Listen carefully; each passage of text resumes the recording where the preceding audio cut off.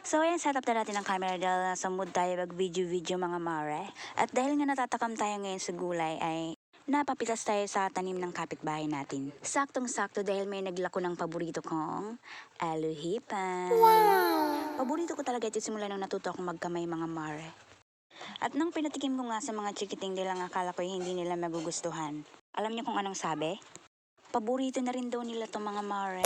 Kaya naman kung dati kami lang ni Habi ang nag-aagawan ng matataba nito. Ngayon 6 na kaming nag-aagawan. At alam niyo kung ano yung part na nakakainis? Yung tipong ikaw pa yung maghihimay ng mga ulam nila.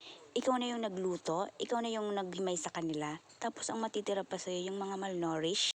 Alam niyo yung feeling na takam ka ng kumain tapos pagbungkal mo ng kaldero ay tipo na yung natira. Di ba nakakaloka? At ang aning tiripo ka na tapos ang itatada pa sa imo tipo, paano ko pa daw yung magkasarap pa? Ang saklap naman ng life. Ganyan talaga ang motherhood mga mare. Kahit wag ka nang kumain basta makita mo lang na busog yung mga anak mo. Parang busog ka na din kahit hindi. Kaya naman may lesson learned tayo dito. Kapag mga ganitong seafoods ang ulam namin, niraramihan ko talaga ang sinaing. Dahil kung hindi, ako lang naman ang kawawa. Kaya naman kung nagstay ka hanggang sa dulo ng video ko, don't forget to react, comment, and share. Mga Mars ko.